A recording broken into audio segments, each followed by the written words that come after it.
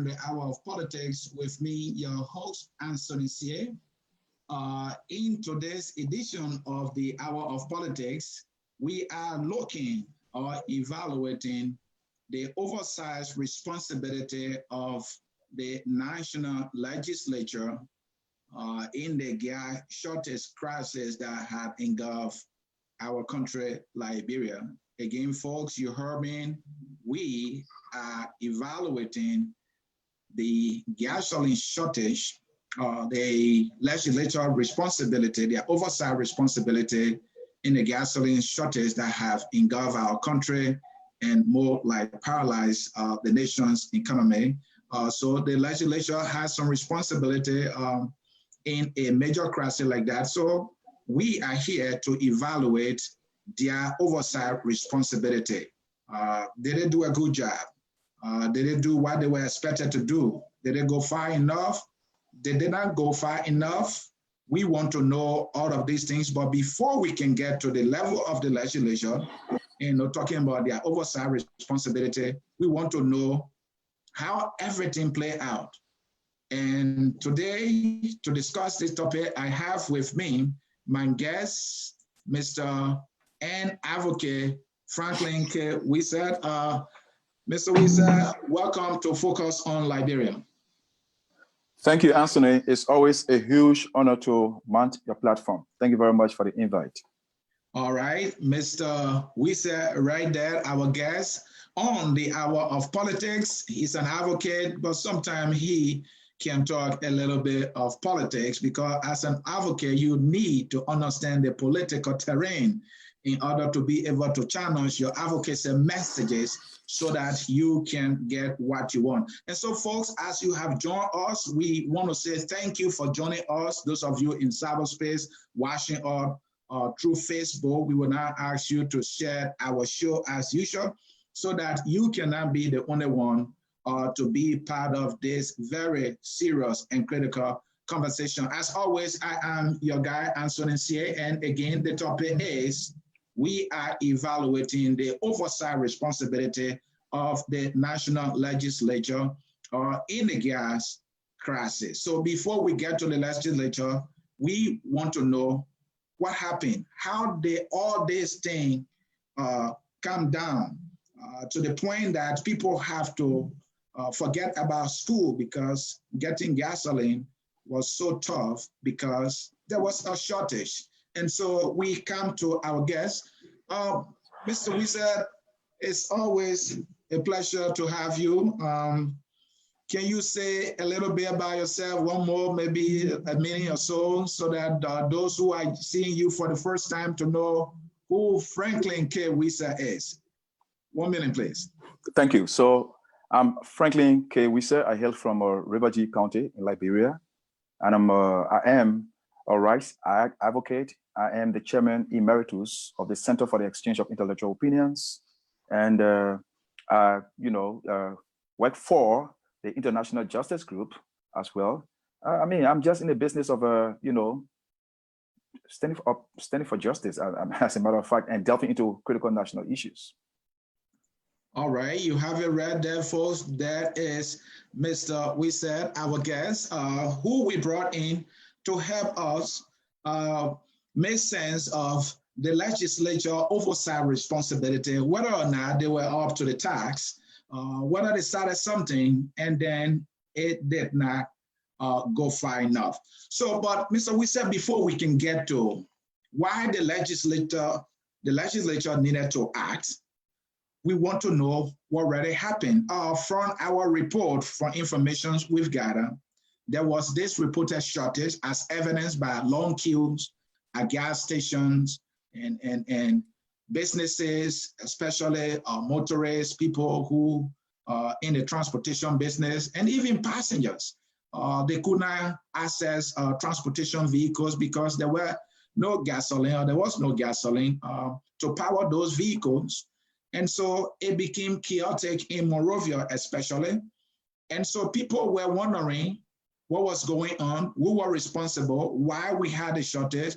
And then the government came in and said there was no shortage.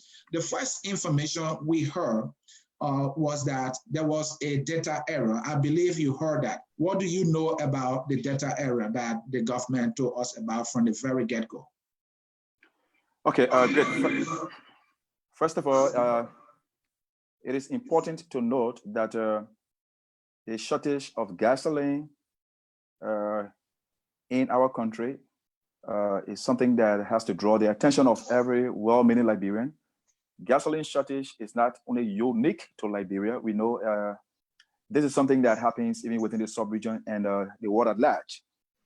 But when you have, officials of government, providing or giving, conflicting, or if you may say, contradictory statements about a given situation, then it gives people a reason to think that the government is not, doing good service to its people. The inventory and availability of, gasoline at the Liberia Petroleum Refinery Company is something that made some of us to think that there is something fishy that went on, because we heard, the Commerce Ministry and the LPRC boss saying something differently, making it to seem like they had run out of shortage because people or importers that they expected to give how to import gasoline at a point in time, they didn't do so. And then another one was saying that the gasoline was there and it's just kind of dissipated in thin air. Some ascribed the terminology evaporation to that. And we also heard, that gasoline, was taken away. I mean, a good quantity of gasoline at the LPRC was taken away. And then the question will be, how possible is that? Who is to blame? So we heard another expert on this. I would call him an expert because he's a kind of a tycoon in gasoline importation, Mr. Musability. He was on the OKF, and he was also painting a picture as though he was putting up a defense for the Liberia Petroleum Refinery Company by saying that their importers, people they had gone into agreement with to bring, gasoline for a given period, had reneged on, bringing the gasoline in accordance with what was agreed upon. So all of these conflicting, information, give some of us critical minds, a reason to think that the government kind of reneged on its responsibility. Yeah, Mr. Wisa, speaking to what Musability talked about, I read the article on Daily Observer that told the whole story about his appearance on the radio station there. And he squarely put the blame at two major importers, but he could not name them. Sure. So all of thinking that, okay, maybe he was talking about Total, maybe he was talking about Aminata. Mm-hmm. And he himself is an importer in the country. And so for him to be taking that line that, these importers are responsible because he tried to more like speak for the government or FPRC to be specific, that FPRC does not import. SPRC only has storage facility that importer used. And so if there is any shortage in the country, it has to be the importers responsible. That was his story that he told. But the thing is that, let's look at what, what's his name, Wisin Tapet told us. Mm-hmm. Mr. Tapet said when he appeared on ERBC radio, I think it was on the 22nd of January, that there was no shortage in the country whatsoever. That's what he said. Mm-hmm. So I'm sure you may have listened to Tapet, and Tapet further went on to say there were some unscrupulous individuals that are trying to create chaos for this economy. Mm-hmm. If you listen to something like that from Tapet, was he telling the truth that there was no shortage at all?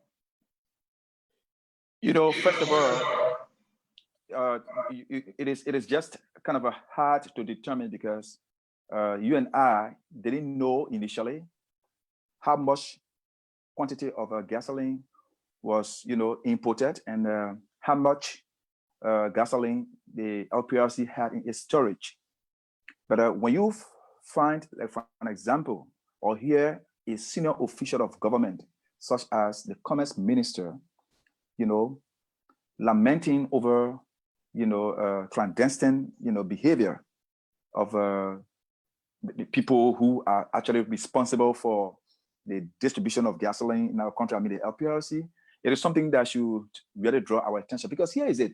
Some of us did our own little background investigation, spoke with a few colleagues back home, and we were like, what do you think is wrong? And it was interesting. Look, listen, let me just say this. And when we say, what is your proof? I want to be very emphatic. It is a hearsay, okay? But sometimes, you don't take some of these little, rumors for granted. We were told that there are people within the LPRC who are in the business of smuggling gasoline out of the place. Gasoline in huge quantity, because now, here is it. And taking it where, frankly? And taking it to the black market, for their personal, aggrandizement. We heard that several of them, within the system, and, like kind of a cahoot with the higher ups within the system, that made away with a huge quantity of gasoline from the LPRC, for which this shortage came. Because you see, according to ability, the importers and our own, company, the LPRC or the agency also, we're going to an agreement that they will be able to supply certain quantity of gasoline for a given period, say maybe for 6 weeks, 4 weeks, and whatever. Right. So when that gasoline was imported or was given, and it is expected that the gasoline is supposed to go for that period. So if the gasoline doesn't go for the period, that was agreed upon and the period for which it was supplied, now you have a kind of a shortage. It takes, some effort and some difficulty to get the importers to come back again, because the importers themselves will want to ask, well, look, we went to an agreement, we made a supply, we give you this supply, and this supplier should have carried you for this period. But to come back now and asking for gasoline and, creating a kind of a emergency for gasoline, it is our imagination. So yeah, and Franklin, just a minute. I mean, I was just listening to what you're saying, because when Tappe later on spoke, after he was emphatic that there was sufficient product in the country, when he came to realize that his statement that a sufficient product is not matching the situation that was unfolding, the next explanation from the government was there was a data error, that the meter told them that there was sufficient quantity, but then later they realized that the numbers were wrong and misleading, and that they have very limited quantity. So when you were saying and said that there are some people in cahoots with the higher up that always smuggling some quantity, huge quantity out of the market, I'm like, okay, could it be that when they read the meter, the numbers were right, and then at some point, some people made away with huge quantity, and then when they went to verify, the numbers were not matching up? Is that analogy something to hold water? So it is really, I mean, on a very frank note, I want to be brutally frank about this. This is laughable. It is comical to say that, there was data error. That is too elementary. You cannot be, procuring, on behalf of government, from, maybe importers or whatever. And you are telling me you will not ascertain or be very much sure of what, you procure or what you pay for. Because to say data error, then what I don't get it. I mean, it doesn't make any sense to say data error, because you are supposed to be very sure of what you procure and what you have in your custody. You're paying for service and you must have the service. So if you say data error, it is still a negligence on the part of the government. Right. I mean, assuming but not believing what they're saying is true. It only speaks to incompetence, and it speaks to ineptitude to tell the public that there was data error. It is very elementary and laughable. So some of us are really tempted to believe that people, are doing business, at the expense of the ordinary people. Okay, so the shortage of gasoline must be squarely blamed on, the LPRC, because, look, let me just say this. We know, you and I know, that Liberia, or or Liberians for that matter, that we specifically to our leaders, when they come to power or before they come to power, they make all kind of good promises. We try to right the wrongs, we try to fix the bad. When they come to power, they just concern themselves with inflating their pockets. This Franklin, idea, yeah. Franklin, Yeah. Let's stick to the issue. No, it is an issue. Because, it is an issue. Because and I'm not saying you're deviating, but I want us to, look at this. What's this man name? The head of Aminata, Shaka Toure, right? Yeah, Mr. Toure. Mr. Toure granted Front Page an interview, and there's a major revelation that he made in there.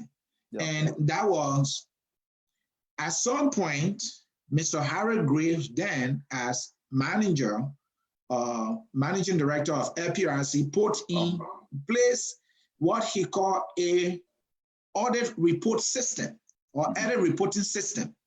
According to him, that system was set up in a way that all the importers will know the quantity that the rest of the importers will have in the country. Okay. And in fact, we're importing at some point during the business period.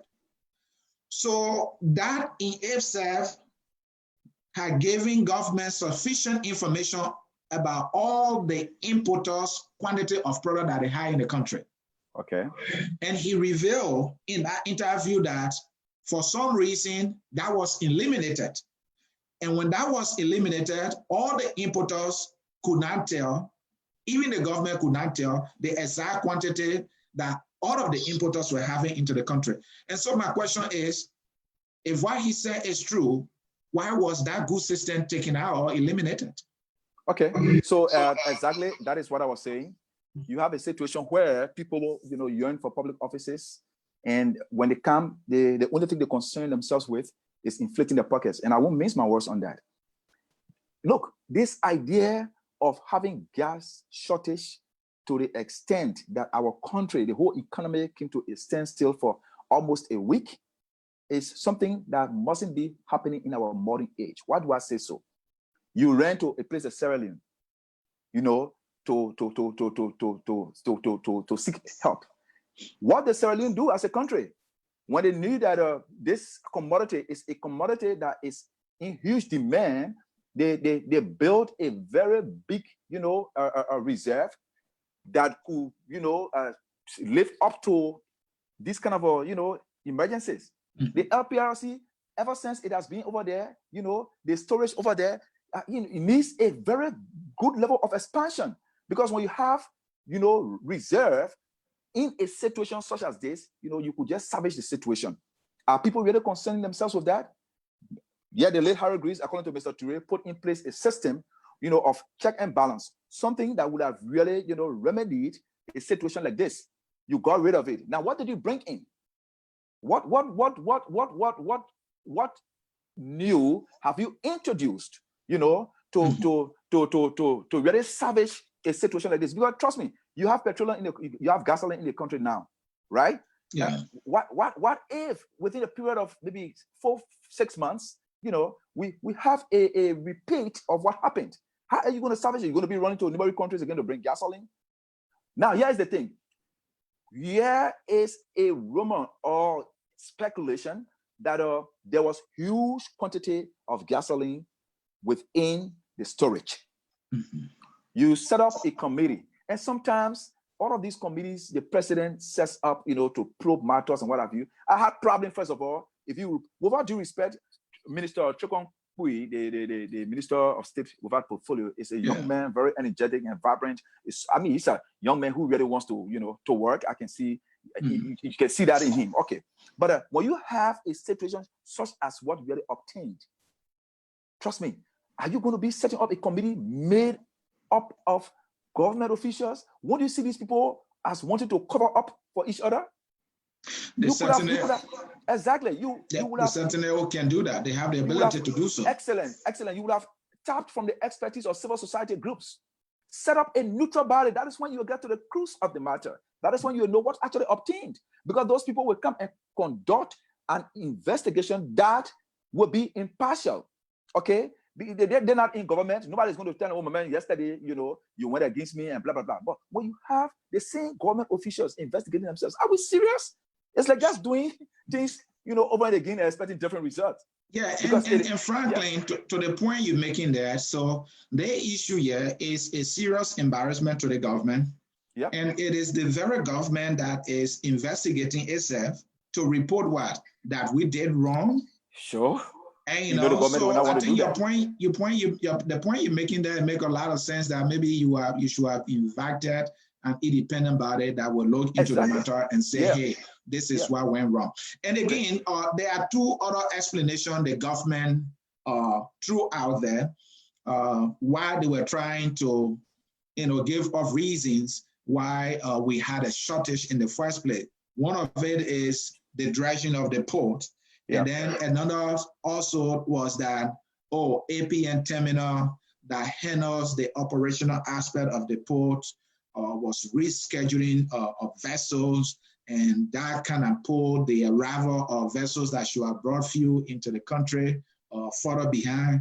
And that is why we are having this shortage. So the thing is that if that is anything to believe, then my question is, why then did the government say that they have sufficient product in the country in the first place? You say you have sufficient product in the country in the first place to serve the public, and now you turn around, you say, we are having this shortage because the vessels that are supposed to bring the product can't berth because the port is being dragged, and APN terminal try to reschedule the arrival of vessel. So where are they going with all these explanations? They're contradicting themselves. Don't you think so? That has been a major problem with this government. I think its information dissemination has caused more harm than good to it. Mm-hmm. The government is always delving into laughable contradictions. Mm-hmm. And I agree with you. This is a sharp contradiction. How can you say you have sufficient gasoline in storage, and then you come up to say, there is shortage of gasoline because vessels that are supposed to bring, the gasoline and stuff, have been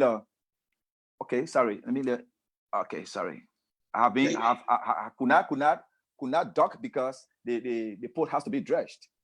So things that we need to hit hard, right? Mm-hmm. Why must we even have a situation where vessels can dock because the port has to be dredged? Then what is the managing director of the port doing? If you know that you've got a responsibility to carry out, must you have a situation, an alarming situation such as this, before you bring to public, view the challenge you are having as a port manager or whatever? So you see, this is just, it speaks volume of some level of incompetence and ineptitude. And you must hold people accountable. That is why I'm saying, had the president set up a neutral body, a neutral committee to probe this matter, Anthony, you and I, by now, will know who actually is responsible, who is to blame for the kind of predicament that befell us as a people and as a country. All right, thank you. Again, folks, in cyberspace, you are watching Focus on Liberia on our program, The Hour of Politics, with me, Anthony Sie. In the house, in studio, we have Mr. Franklin K. Weiser. He an advocate for rights, not rice, R-I-C-E. No, he does not advocate for rights, even though he eats rice, but he advocates for rights, R-I-G-H-T, because within that right, you also have the right to eat rice and input rice. Again, folks, if you have just joined or we want you to share the show, this conversation will be getting much more interesting because we will be going to the level of the national legislature. We just trying to break into pieces what happened, what the government said the first day, the second day, and the third day, and what became the entire true story. And then the lawmakers should have stepped in. Did they step in? And when they stepped in, or if they stepped in at all, did they do what they were supposed to do? All right, Franklin, let me come back to you. Let's look at the issue of Tapia and Coleman appearing before the House, the Senate. When they appear, TAPE maintained that they had gasoline in the at the refinery. country. Lines continue, even though the story he was telling was not believable. Okay. But TAPE maintained they had gasoline in the country. And at the same time, they were shifting blame. Oh, APM terminal is the cause. Oh, the port had not been dredged. And then TAPE is at the Senate telling us they had sufficient products in the country. And so the senators, when the legislature set up a committee, a 21-man committee, after they appeared, to look into what they told them when they appeared, to see whether they were telling the truth. And the committee made a report, and the report was that those two officials of government did not tell the truth, and that they lied on an oath. Great. And so this is now this brings us to the role of the legislature. So you had two officials of government who told a story that was completely far from the truth. And then you have your lawmakers who at some point decided to call them in for them to be held in contempt or to appear and show reason why they should not be held in contempt. And the other piece is that while the motion was on the floor, when the speaker got to know that most of the lawmakers were in agreement that these people need to come, because their own report, the legislature report contradicted completely what TAPE and the managing director said. Great. So while the process was ongoing, the Speaker of the House, Buffer Chamber, killed the motion on the floor. Lawmakers walked out. So my question is, did the lawmakers do a good job? So you see, this is another problem that that has really kept us behind as a country. And I've always told people our major problem in that country is the Capitol building, the legislature. The reason is we elect people who buy their way to the Capitol. We don't elect people who are people-oriented, people who have a demonstration of good service in communities and what have you. So when people get over there, the primary objective is to just, enrich themselves. You see, look, here is it. One of the reasons why our legislature, has got to live up to its, responsibility is that it is a direct representation of the people of Liberia. All of us Liberians cannot fit in that building. So we elected each of them representing a district, to represent us over there, and they are supposed to act in our best interest. Okay, if people will always be shielded, all because of maybe partisanship, or maybe because you have a common denominator that binds you together, that you want to place above, the general good of the people, this is what really happens. These people have got to be somewhat, and because when you notice that public officials lie under oath, that thing is just common in Liberia. In some places, the mere fact that it has been established that you did not tell a truth, it provides a good reason for you to tender a resignation because you are not worthy of public office. Yes, you must come with integrity to public service. You don't come and and think you are the way you conduct yourself, in your home or in your community. You come to serve the people. So if you fall below the belt of integrity, there's no reason why you should be there. And that is why I said this thing would have been better, because it came to the point that the speaker, in his usual fashion, was trying to protect his own, right? But if the committee that was set up to probe this matter had done an independent job, the speaker will have no grounds, you have no way to, put up the kind of a posture he put up. So I would say, I'm really disappointed. But Franklin, I'm not getting you right there that only had it been an independent report, the speaker would have followed through on what was supposedly, a good report that actually established that the two officials did not tell the truth, because this was the speaker's own committee. This was the House's own committee that was constituted to verify what they were told. And the report was that the two officials did not tell the truth, and that there was shortage of gasoline in the country, as evident by the very government dispatching trucks going to Freetown to get gasoline. Exactly. And so, in that case, I don't think he needed an independent report to have acted. And then they went and killed the motion. But you said he was protecting something. Who was he protecting? Oh, yeah, this is what I'm saying. You can't rule that out. I mean, this is about, this is politics, Anthony. This is politics. You can't rule out interest.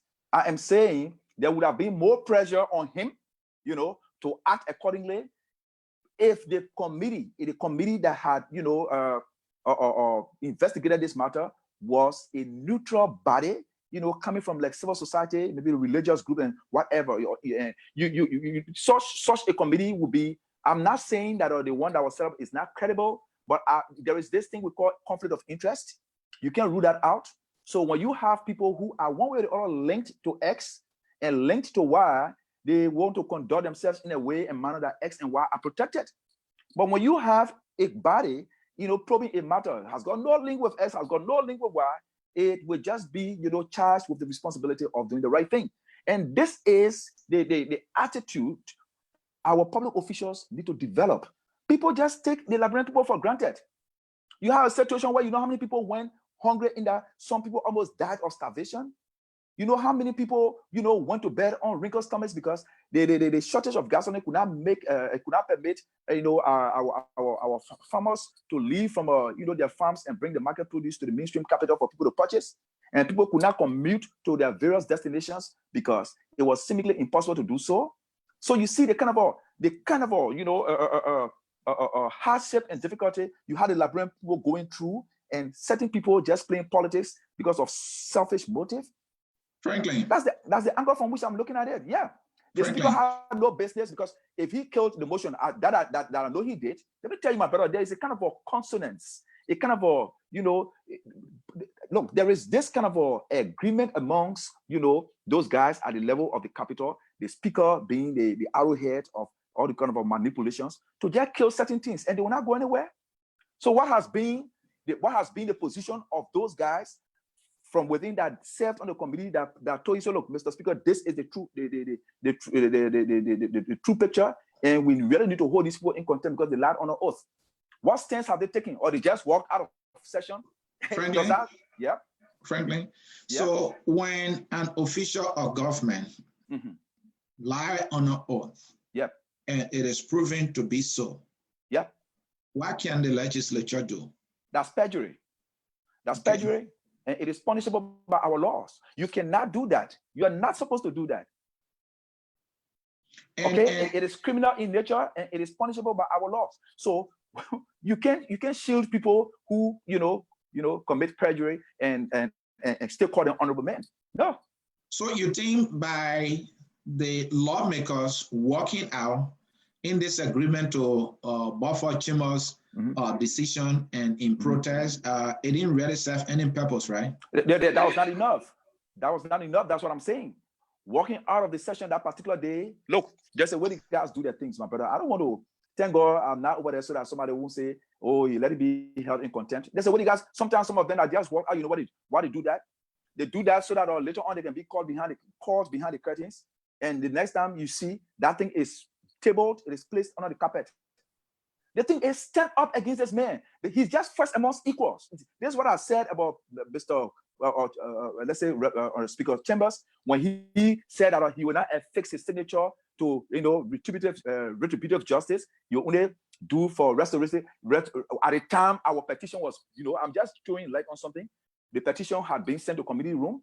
Outside, you jump in the gun and you are influencing the outcome of this committee's investigation of the petition, because you are just first amongst equal. You are supposed to speak what the majority of your people say. You being speaker have given you no right whatsoever to dominate your colleagues and overrule their majority decision. You don't do that. So when that happens, even if there is a minority group in the house or few conscious minds, you stand up against him and let the Liberian people know this is what you're doing. But Franklin, isn't that the rule governing the business of the house, that once the speaker decides that a motion be killed, it be killed. Once the speaker decides, or is it the speaker that decides whether or not a particular motion is brought forth, whether or not a particular issue is brought to the table for discussion, that's the rule. It's the speaker that decides that, right? The speaker does. The speaker does. It doesn't make the speaker to be right at all times. No, I'm not suggesting that. Yeah, I know. So then why are the alternatives for other lawmakers who want to see the right thing to be done? Is to continue to stand up against the speaker and speak to the consciences of his other colleagues. You know, one of the person who demonstrated that, you know, most times was and may peace be upon his ashes, was the late Ada Lawrence. You saw at a point in time he was even being escorted by the sergeant to leave. But I mean, everybody knew what he stood for. He stood up and said, look, this is not going to happen in my presence. Okay, the majority could say, okay, let it be that way. But at least he will always make his position clear. And Honorable Koluba, just that the way he presents his own matter, people will say that he's too raw, but sometimes, you know, people have got to stand up against the power that be and speak truth to power. This is about the Liberian people. Franklin, you think the lawmakers had a very good opportunity to show that they are the direct representative of the people? Exactly. And that is what they are not doing. That's why I'm saying walking out of session is not sufficient enough. You've got to step up your game. You got to do just more than that. Because trust me, the speaker will expect by that demonstration, some will walk out of session. Okay, you walk out of session, and then there's my frustration. You walk out of session, and then overnight, you know, you are called, and the next time, the young man who probably walks out of session will come and submit. You call into, you know, that kind of a manipulation. It is not helping our country. My brother, this is one of the main reasons why our country is at a snail pace amongst the Committee of Nations, because we just don't want to change course. We don't want to turn a new page. We keep doing things the same way over and again and expect different results. We're not getting anywhere. Thank you, Franklin. Again, folks, in cyberspace, you are watching Focus on Liberia on our program, the Hour of Politics. So, Anthony, while you are engaging with your people, I'm listening. Let me put some current in the phone, please. Thank you. Do that. Again, folks, in cyberspace, this is Focus on Liberia. My name is Anthony Sear, and I am your host. Let us look at the other aspect here, folks listening to us here in cyberspace. The Senate had the opportunity. They did the right thing, in my opinion, to have invited the officials of government who have direct responsibility to this issue. Those officials of government are the Commerce Minister, the boss for LPRC, and the Port Betwari was also there. They invited them. They asked them questions, and they spoke. Wisin Tape dominated the conversation at the Senate. One of the questions they asked Tape was, who dropped the ball? Tape was quick to say the ball was dropped long before they took office. In other words, he was saying that what caused the gasoline shortage had occurred long before the government was elected. In other words, he laid the blame squarely at the previous government. And so the question anybody will be asking is, okay, if it is the previous government that caused this problem, why we did not experience this problem or this shortage at the time they were in power?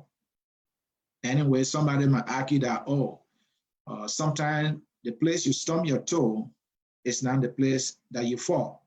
So are you trying to tell me that you stumped your toe 2 years ago and you didn't fall until in the second year? Is that what you're trying to tell me?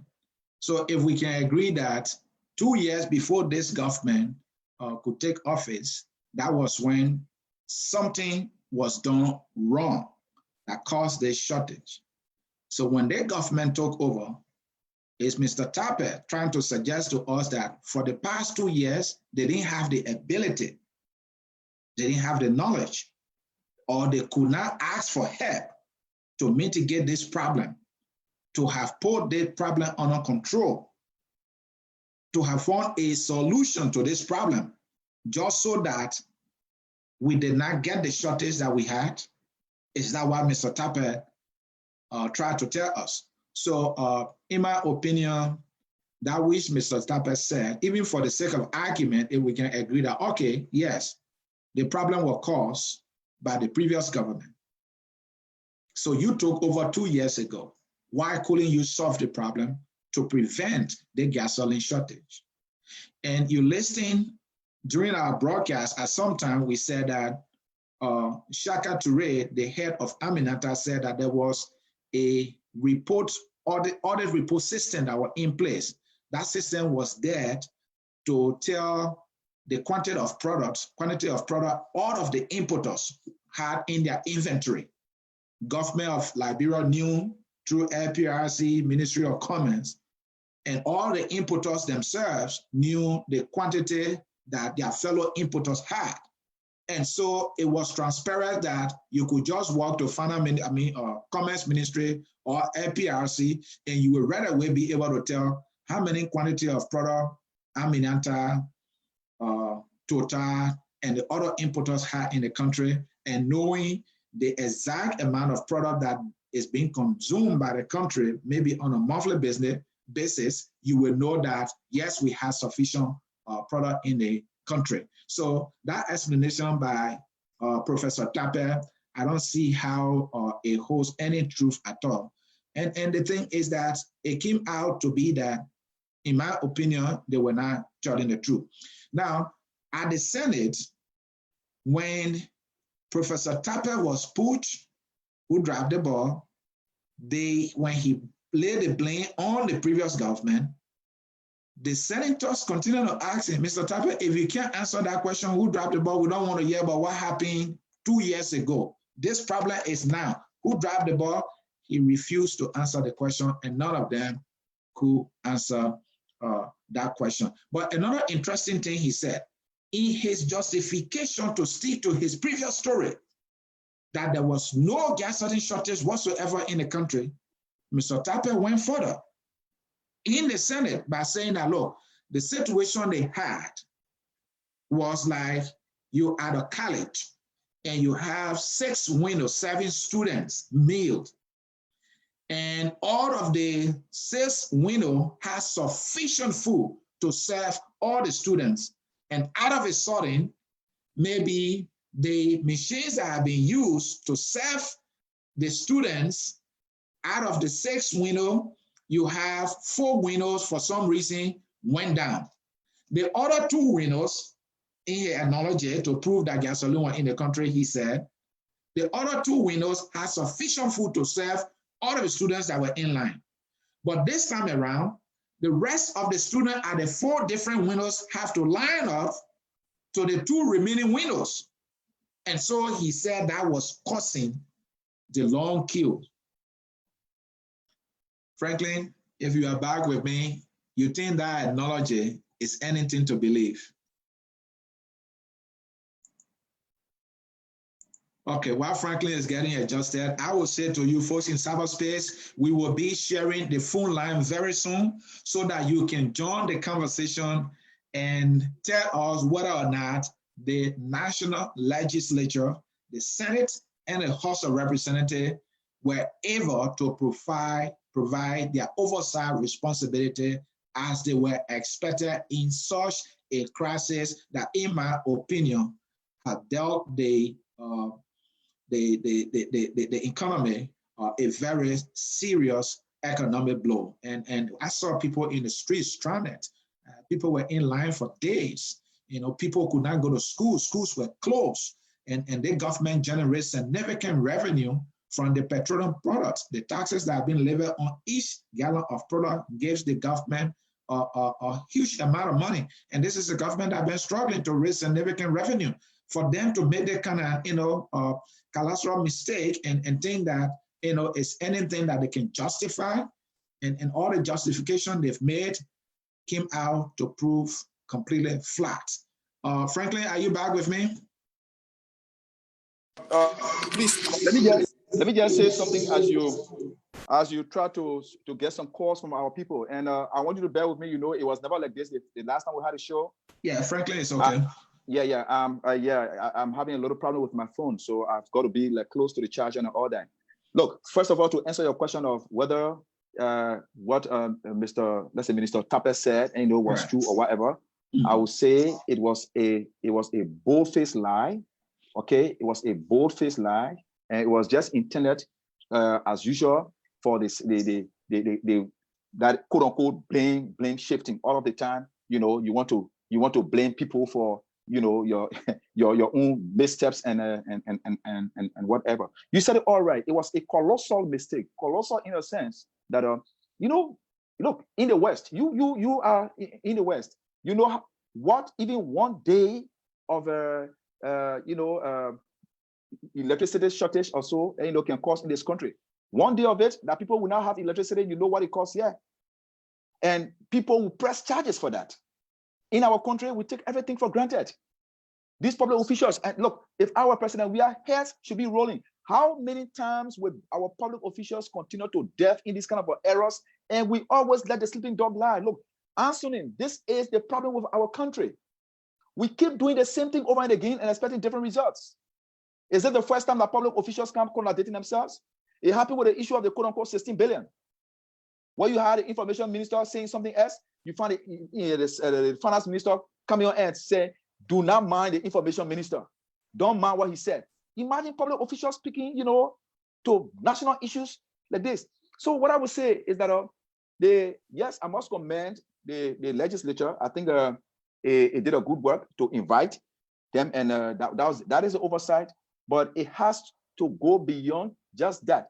Since you invited these people and you realized that they lied under oath, what is that supposed to lead to? What are you supposed to do as a legislature?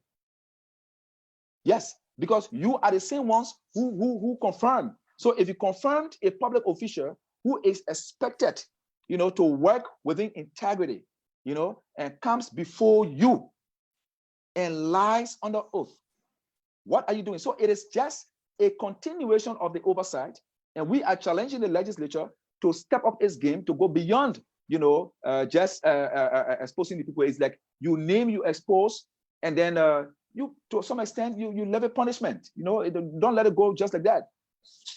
All right, Franklin, thank you. Again, folks, in cyberspace, you are watching Focus on Liberia on our program, The Hour of Politics, with me, Anthony C.A. Yet at the Hour of Politics, we talk politics and we play hardball. And as you can see, we are playing hardball with the National Legislature. And to our listener, we want to say to you clearly, this network make effort to reach out to some members of the National Legislature.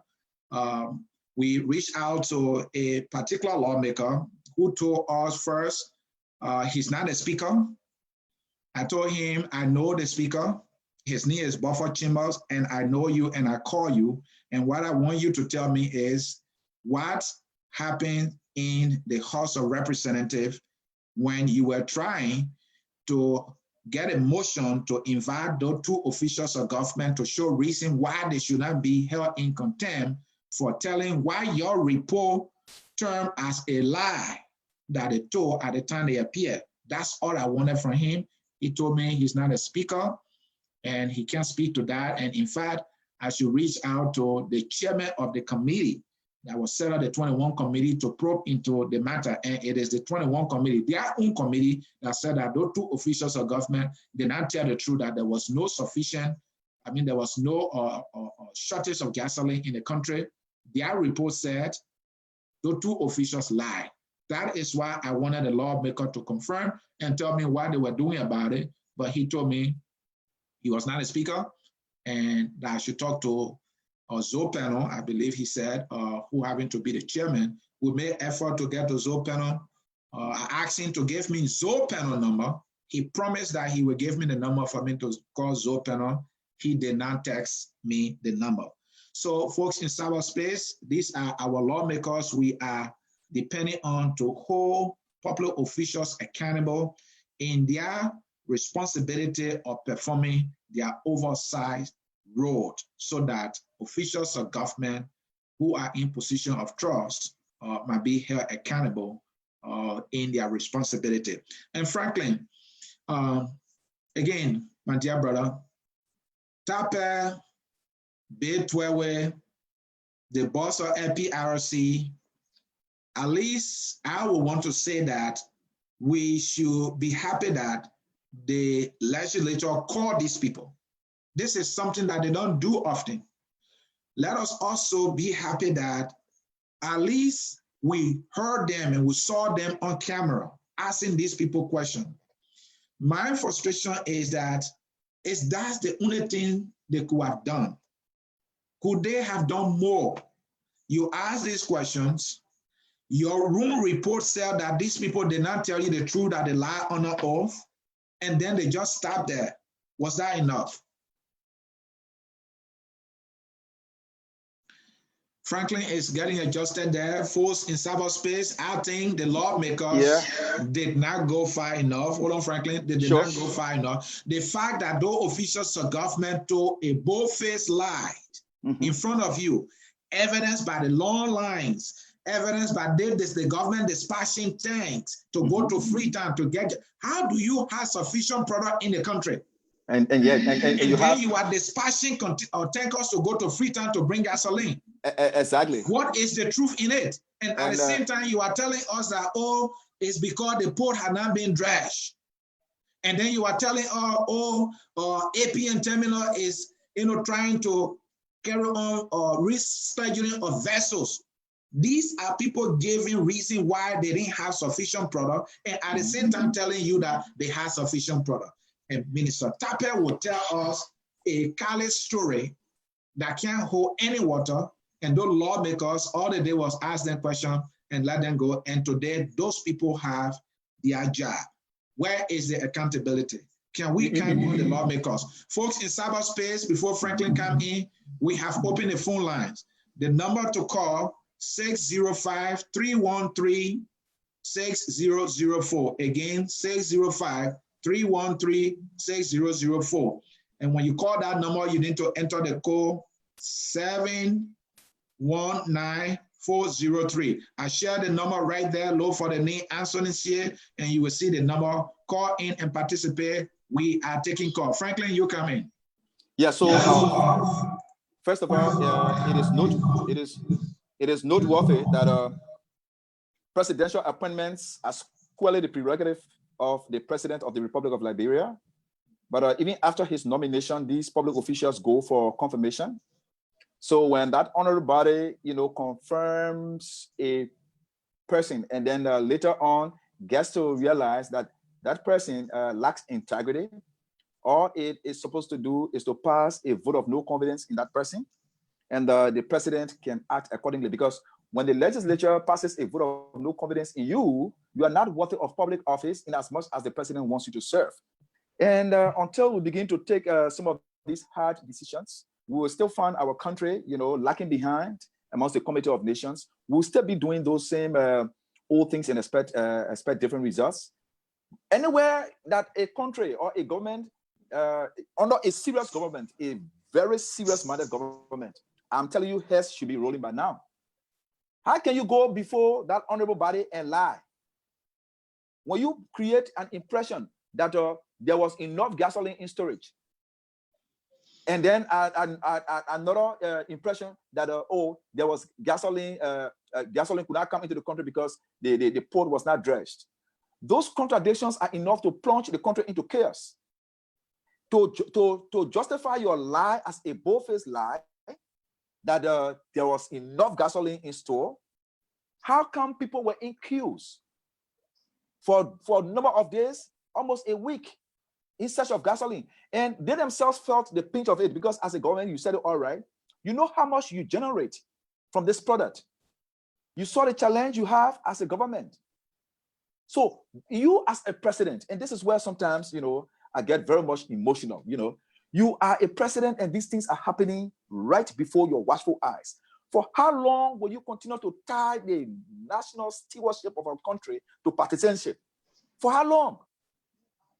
For how long? You continue to commit yourself too much to this party loyalty that your people continue to delve and wallop in missteps and errors. You let them go with impunity. Where are we headed? So now everybody, and that's the sad thing about the typical Liberian man. Okay, and I always like to make emphasis on the Liberian men. We are just too peculiar. Now that there is gasoline in town and vehicles are plying the streets and people moving about the normal business, how many people care about the shortage that happened in the country after all? People forget those things. So these are the kind of things that people are even supposed to take to the streets for, because it is something that poses threat to our survivability. Children now going to school, people can put food on the table, can go about the normal businesses and what have you. You think when a handful of you who are in government, riding the air-conditioned cars and staying in your air-conditioned offices and homes are okay, then it means everybody's okay? So my brother, this is it. I mean, we just got to, we got to behave very, responsible and civilized as a government that really wants to, turn things around. And Franklin, we have a few callers on the line, so hold on, let me get to our callers. Yep. And let's take this one here. Let's take this one quickly.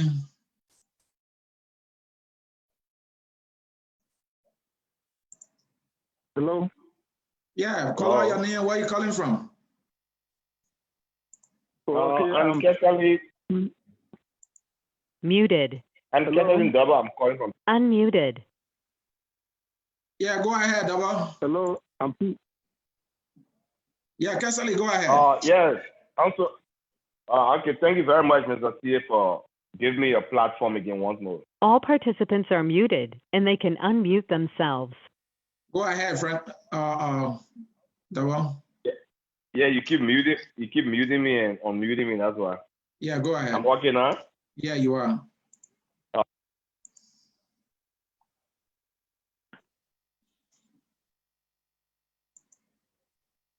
Hello.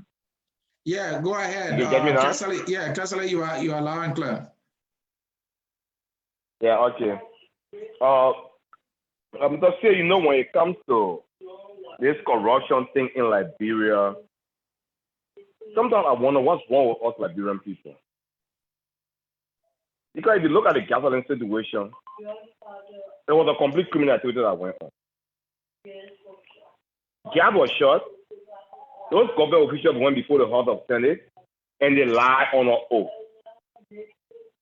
They lied on an oath. And even the committee that was set up by the House of Representatives came out with something completely almost the same as was being said by those people. There's a committee that was set up, they came out and telling you that there have been shortage from 2012 to 2014. We are discussing 2018, 2019. And you bring us shortage that was in existence from 2012 to 2014. What does that have to do with what we are facing right now? What does that have to do with what we are facing right now? So it simply means to say that for me, in my belief, the managing director of LPRC is hiding something. There is some big hand behind the shortage of the gasoline, and that she's hiding.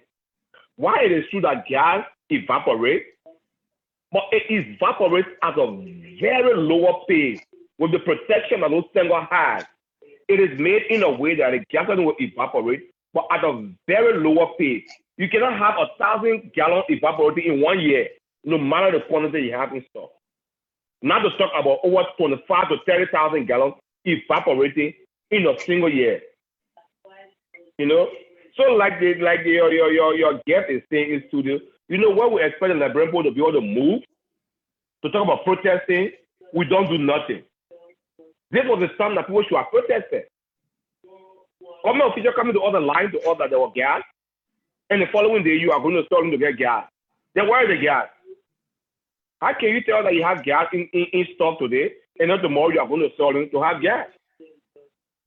And until we as a country can be able to join together to tackle the act of criminality, the act of corruption in high places, especially we the common people who are being hampered directly and who do not benefit anything at all, until we can come together as a people to say enough is enough, that will go nowhere. Absolutely not. And to the representatives and the lawmakers. Kasali? Yes, sir. Yeah, I have a question for I'm you. ready. My question is, at least the lawmakers, I mean, I'm not a fan of the lawmakers, but at least this time around, they made some effort. They invited these people. They quizzed them.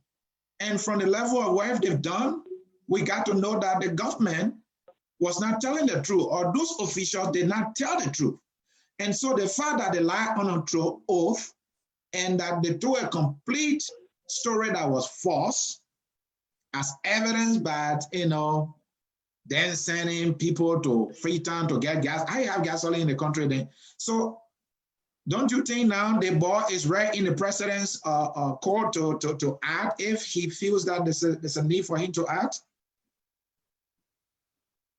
There's a saying that says that whatever that is not done right, it is not done at all. Okay. Just inviting those people, it is one thing. And then the people lie on an oath and allowing them to go free, it's another thing. What are the lawmakers themselves doing?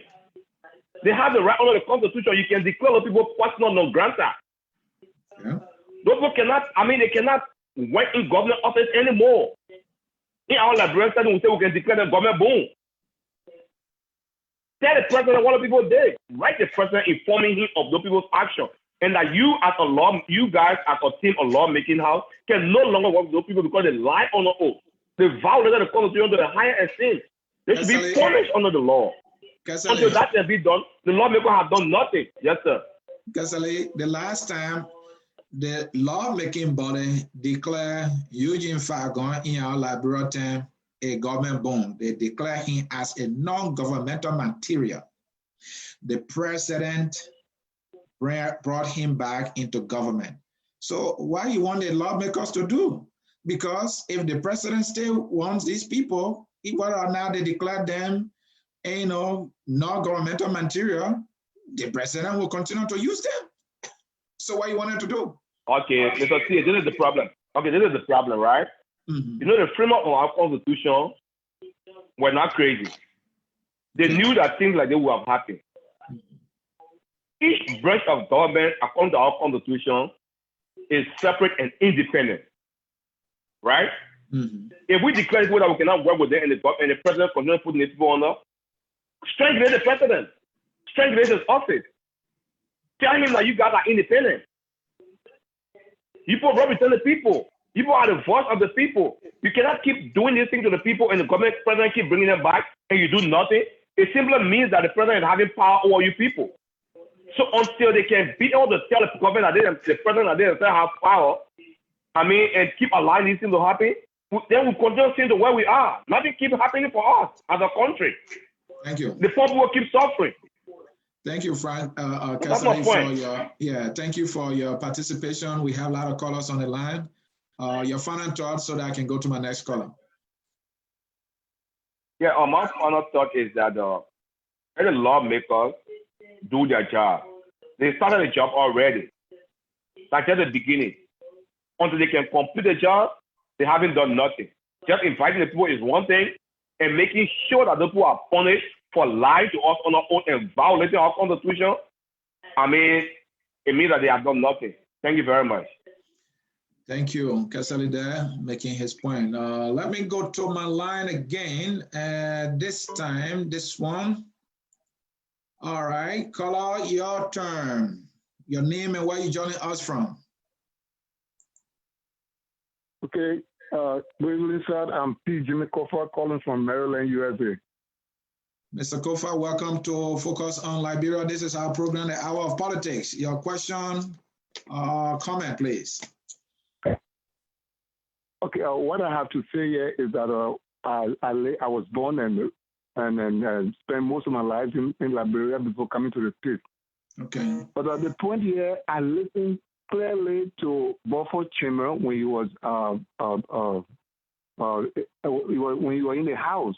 Mm-hmm. And most of the times I used to admire him. And most times I said, oh, Buford Chimmer is a very good man. Up to the time I came to America, I used to think about Buford Chimmer. Never knew that he somersaulted very quickly and he can't say nothing. He criticized any government. Every calling, or should they have, before will say something.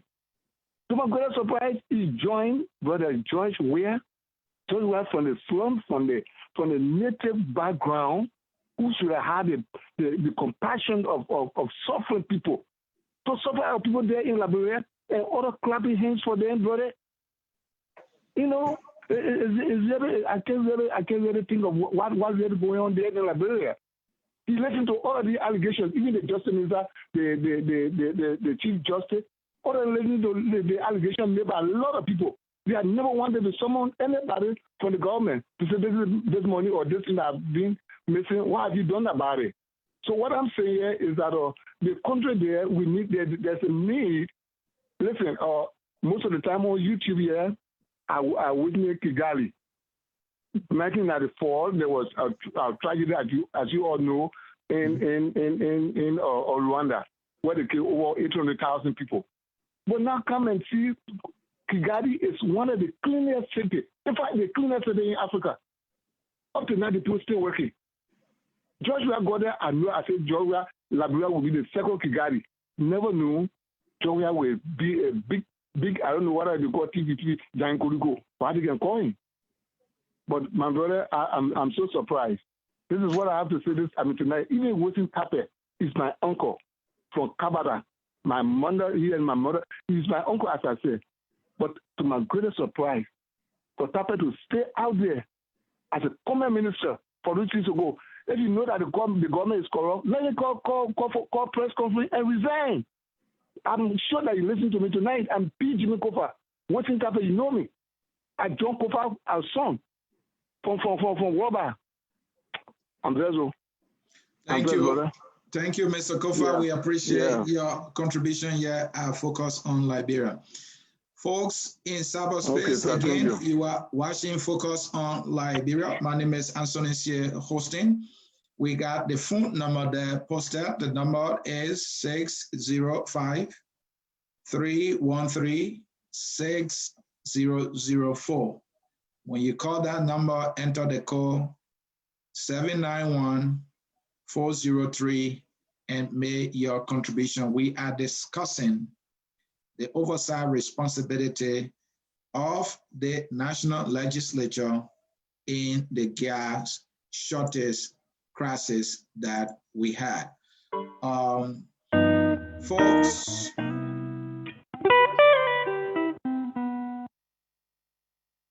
Folks, let me read some comments and make sure that our viewers who are writing comments are part of this conversation.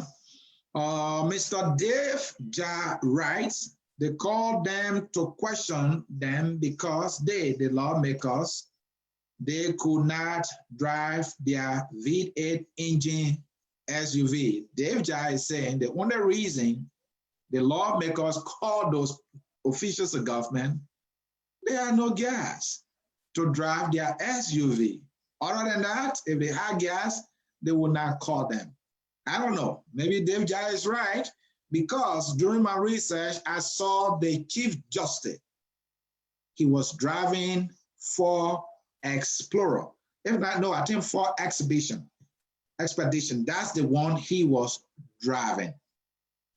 And he showed off to one of the gas stations while the citizens were in line, some of them for hours and days. He got there and he got served and he drove away. But at least he had to struggle a little bit. And maybe some lawmaker had a taste of that. I know that because I listened to a post from one of our senators, Darius Dillon. Dillon said he was driving a car, and when the angry citizens saw that license plate on his car, they rushed to a car. They were banking on his car, but then he brought his windows down, and they got to know it was Darius Dillon. And they said, oh, he talks for us. We'll let him go. And so maybe Dave Ja is right. But let's go to our comments here. Dave Ja again, an independent body needs to study the economic and social impact of the crisis and make it known to the Liberian people. Hopefully, the president may read the report and draw some insight. And Dave Jai again, this time on Chambers. Dave Jai again, this time on Chambers. He writes, Chambers is always reading from his composition book. Take that book from him and hide it so he can speak from his heart and his head. Few comments right there, folks in cyberspace who are following us. Keep your comment rolling. And we have the phone number right there with our logo.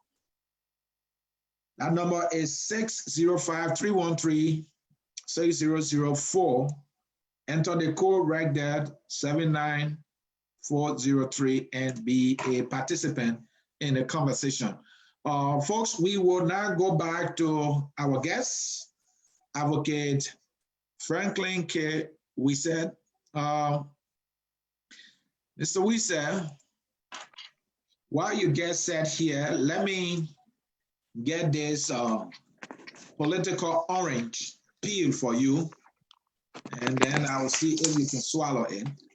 Sorry, please, shit. Yeah, hold on. I'm putting it together for you. Again, folks, in cyberspace, you are watching Focus on Liberia on the Hour of Politics with me. Sorry, Anthony. Yeah. Actually, I'm having, at a point in time, my phone went off completely. And it doesn't really, function without the earpiece. This is just a technical problem. I want to tender an apology to our listeners and to you, the host. It was never like this the last time we had the show. So quite frankly, I'm just trying to use about 15% of the little time left, because for every time it goes up there, I have to. So yeah. Franklin, we're good. We're good. The conversation is going fine. We will soon be wrapping up. Yes, so we're good. I think you are making your contribution yet. You are doing what you are supposed to do. Okay. And so we are about to wind down. Okay. We look at how it all started. The officials of government lied. The citizens suffer. Mm-hmm. The government lost significant revenue. Mm-hmm. Boom. Though they said gasoline was in the country, at the time they were telling that story, people could not see it. Mm-hmm. And now when gasoline came from Freetown, and now vessel came, I think today or yesterday, the problem now is under control. Mm-hmm. And none proved that they were not telling the truth. Sure. So what is the investigation that the president talking about? He constituted a committee. What you investigating? The fact was that we did not have sufficient product in the country, and that is why the citizen could not access it. Exactly. Some came from Freetown. A vessel came in.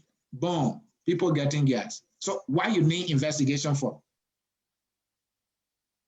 No, frankly, you got to answer the question. So we need that investigation. So frankly,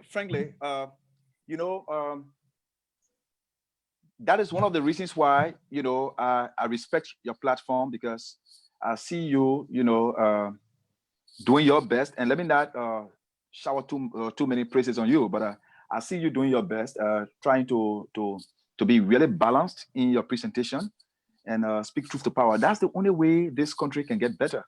I'll tell you this. The president has just got to take some hard decisions and put some foot in this matter. Like just making the usual politics of it, it's not going to help you. You see, your government is challenged.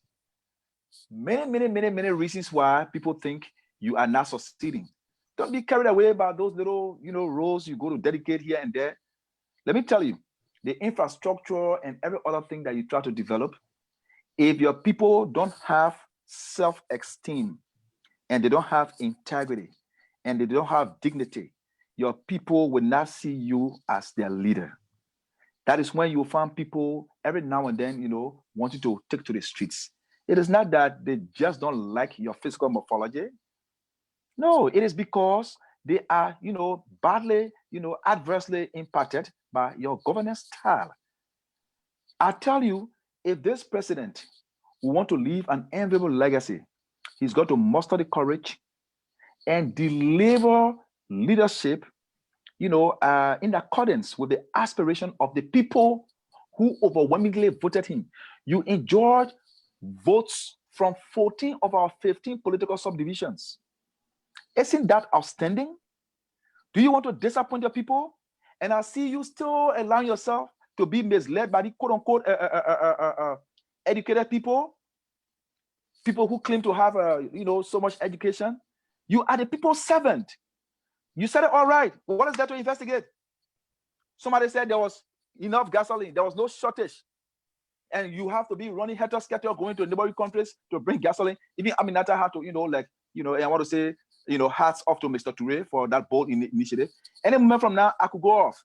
If I don't come back to give my parting statement on the show, what I can say to you, this country, our country, is going to go nowhere if our leaders continue to come to public offices or offices of trust and do the same old thing that has kept us behind. As you would boast of being the oldest republic, nothing to show. Look at, we are endowed with so much resources. Our people still go to bed on empty bellies. So President Weah has got to step up and believe that he is president of the Republic of Liberia. Maybe he probably has not come to terms with that basic reality. My brother, our country is troubled. And until this president we have understands that he is president for 6 years and that a succession of himself will depend on his performance, he will probably and maybe dismally perform, and the people will not give him their trust any longer if he continues to conduct himself like this. Mr. Wisa, we want to thank you for honoring our invitation as always. We know that this will not be your final appearance here. Yep. As an advocate, you always have the energies to come and talk for your people. And this is something that we are focused on Liberia value and don't take for granted. Due to the technicality, you can close on your final thoughts, and then we will give a summary, and then we will close the broadcast. But after your final thoughts, you can leave, and then I will give a summary of the whole broadcast. So you can go ahead, at least 1 minute, please. So once more, I want to say thank you very much. And we need to really have a kind of a retrospect of the past and ask some of the hard questions. Why is it people took to the bush? People took up arms against the state. Why is it we went through all of those horrible, times when we didn't have to after all? It is simply because of disenchantment. In the yesteryears, there was this system, the old order of the Congo hegemony. I hate to be, running my politics on travel land, but there was this the reign of the elites. These people who were in the minority that took state power managed to cleave onto it for about 132 years, and the only way they gave way was through the barrel of the gun.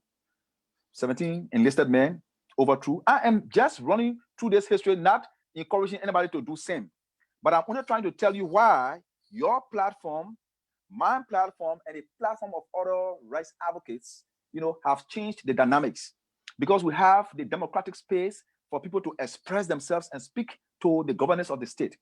In the yesteryears, you dare not have something like this. In fact, technology did not even permit it.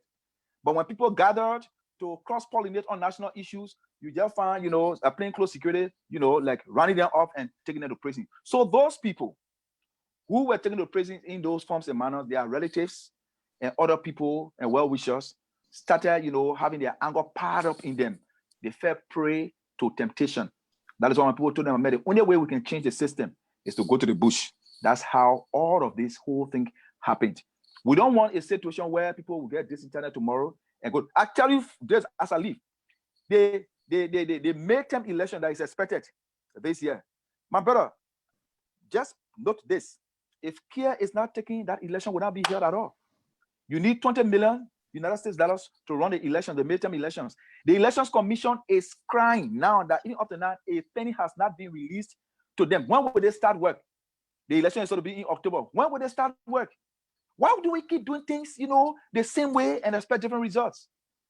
the gasoline shortage that we had. Trust me, the next thing that we must start, be faced with, the president said he removed tariff on rice. Rice that was being sold for $13, after the removal of tariff is being sold for $3.50. What are you doing, Mr. President? If you found out that, you removed tariff on rice and rice that was sold for $13, the removal of tariff is supposed to reduce the price of rice. Right. And then people are purchasing rice for $13.50. Right before the naked ask of the same commerce minister, Winston Tappet, what are you doing as a government? You still allowing your people to suffer. And when your people continue to suffer, your people will stand up against you. That you don't need a rocket scientist to tell you that. So I want to thank you very much. I just hope, and trust me, one of the things I will never do is to turn down your invite, except maybe for poor health or a very, inexcusable tight schedule. Anytime call on me, we will just, have the intellectual communion like this, and our people will listen to us. They will critique us, and they themselves will, at least learn a little bit from what we've got to share. Thank you very much for the opportunity, and God bless you. God bless you too, Franklin. Yeah. Franklin, we said that advocate is always willing to have a conversation. We appreciate you here, Franklin. Let's see here. Okay. Folks in cyberspace, we have been discussing the oversight responsibility of our national legislature in the gas shortage that have paralyzed the country's aerially ailing economy. After we have done our research, what we gather is that the government did not tell the truth. The government contradicted itself on so many occasions. If you can remember, Mr. Tapper said they have sufficient product in the country. That was January the 22nd. Later on, Mr. Tapper said the system, the reporting system, there was a data error and that they had sufficient gas. The data told them they had sufficient gas or gasoline product in the country, but the data turned out to be misleading. Mr. Tapper said that. So there are two statements he's making right there. We had sufficient product in the country. It was just unscrupulous individuals that were trying to undermine this government. Winston Tapper, go to the audio tape, ERBC. It's on Facebook. It's also on YouTube. Just type in gasoline shortage on YouTube. You'll come across that video. That was what Mr. Tapper said, January 22nd, that it has sufficient gasoline in the country and it was just unscrupulous individuals that were trying to. 3 days later, Minister Tapper again, there's a data error. The data suggested to us that there was sufficient product, but the data was misleading. Mr. Tapper, second time speaking. Mr. Tapper appeared at the Senate when he was invited, along with the managing director of LPRC and the port manager, Betwari. Tapper maintained, after he said that the data was misleading, that his previous statement was not right. He somersaulted to his previous statement that turned out to be lie, that this state has sufficient product. And so there was a committee that was constituted in the national legislature to verify whether Tapper, the APRC boss, were telling the truth. A 21-member committee was constituted. The committee went to work very swiftly, reported, the fastest committee to have made a report at the legislature. They did. What did the report establish? That the two officials of government did not tell the truth, and there was a scarcity. They used that word scarcity in the country. And the evidence so glaring all over the country, long queues. Yet TAPE maintained a high product. While we were looking at that, APRC released a press statement. APRC apologized to the Liberian people. Eugene Nabwe appeared on ELBC and apologized to Eugene Nabwe on a Thursday at the Ministry of Information regular press briefing. To us, APRC had about 10,000 metric tons of fuel in their reserve. That was a lie. If they had a reserve, why couldn't they release the reserve to the public and that they have to send containers to Freetown to bring gasoline? If they had a reserve, why they had to blame the dredging of the port as being responsible for sufficient product not being in the country? If they had a reserve, if anything TAPE said was true that they had sufficient product, why couldn't the product be released to the public? And they have to use APM terminal as a scapegoat. That APM terminal was carrying on a rescheduling of the arrivals of vessels, something that delayed the bringing of additional products in the country. If they had a reserve, if they have additional product into the country, why they have to go as far as telling us these stories that are classified to be flimsy excuses? The Senate asked Mr. TAPE, who dropped the ball. TAPE said the ball was dropped long before the government took over. You're talking about 2 years ago. And in the 2 years of your administration, you could not tell who dropped the ball until the Senate had to call you when we had crisis on our hand. That was when Minister TAPE was prepared to tell the Liberian people on behalf of the government that the ball was dropped long before the government was even inaugurated. All right, we agree. And so, Mr. TAPE, your government had 2 years. And in that 2 years time, you couldn't tell us who dropped the ball. And for some reason, you felt that dropping the ball was not sufficient. Minister TAPE, I would think that what was significant or very important would have been a solution to that problem. So in that 2 years' time, Honorable, couldn't you guys find the solution?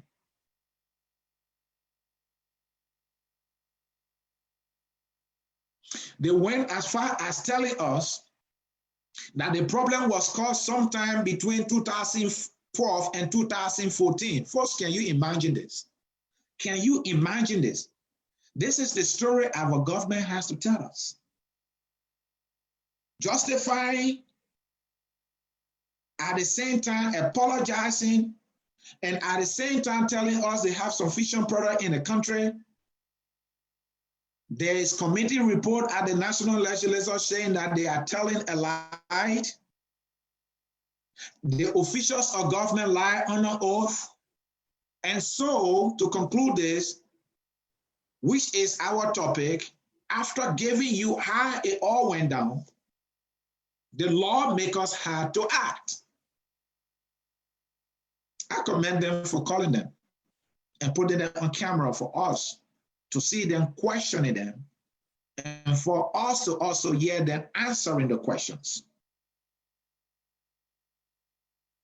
And they couldn't give all the answers. They could not give all the answers. The fact, folks, is that there was a shortage. Some people were responsible. It is our current government that eliminated a system that was in place called the audit reporting system. That system, according to our research, was put into place by Harry Greed, who was a manager at APRC. And the system was so good that it could tell you the products or the quantity of products every importer in the country had in their containers or in their inventory. It could tell you, thereby giving the government accurate numbers as to how much product in the country.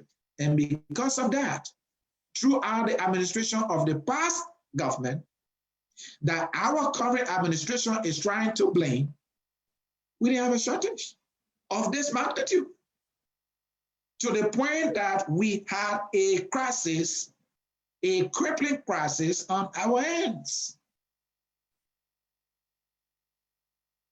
And so, folks, the lawmakers, one of my callers said, the lawmakers, when they got to know that the official lied to them, that they lied on an oath, they should have taken a vote on no covenant, maybe declared then that there were no governmental material. We've seen this movie before, folks. I said it earlier, Eugene Fagon was declared a non-governmental material by that first branch of government.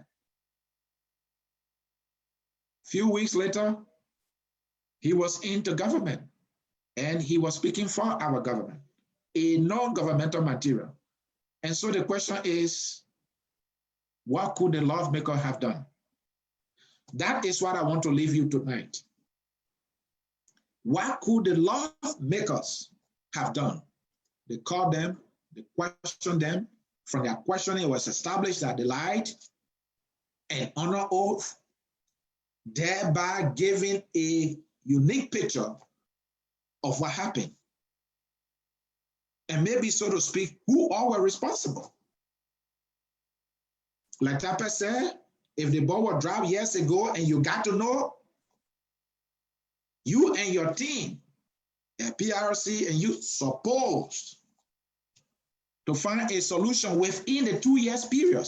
And the fact that you failed to do that, I think you are responsible. You dropped the ball. This government dropped the ball. So what more could the lawmakers have done? Yeah, it's true. But for Chima, when in the House of Representatives, there was a motion on the floor that those officials of government should appear and show reason why they should not be held in contempt. Mr. Chimos, the speaker, killed the motion. And so the lawmakers walk away. That too did not solve the problem. And so that brings me to my final thought. Gasoline now in the country because some came from Sierra Leone, vessels arrived. The problem, I can say, is under control. So why is the president still investigating? And investigating what? The House investigated and said those people lie. What could the lawmakers have done? Again, folks, in cyberspace, our topic have been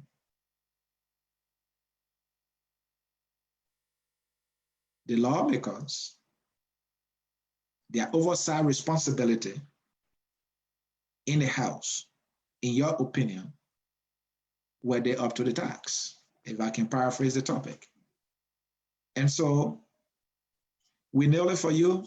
This is Focus on Liberia. This is the Hour of Politics, and I am your humble host, Anthony Sie. This is how we will do it on this broadcast, while we look for a very beautiful song to take us home. Focus on Liberia. Here we educate, we elevate, and we promote all things Liberia.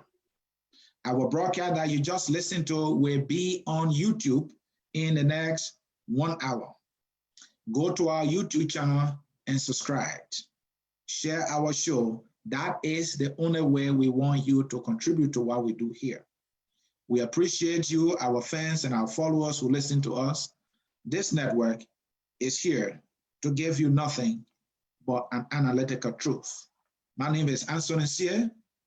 This is Focus on Liberia. This is your Hour of Politics, where we play hardball, and I will do it for me for now. And this music is taking